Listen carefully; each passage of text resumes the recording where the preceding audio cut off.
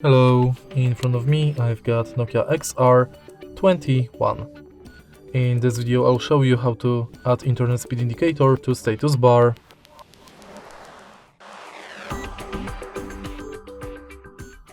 In the beginning, let's go to Play Store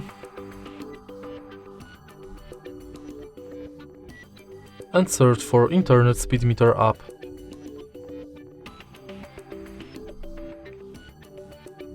Install this app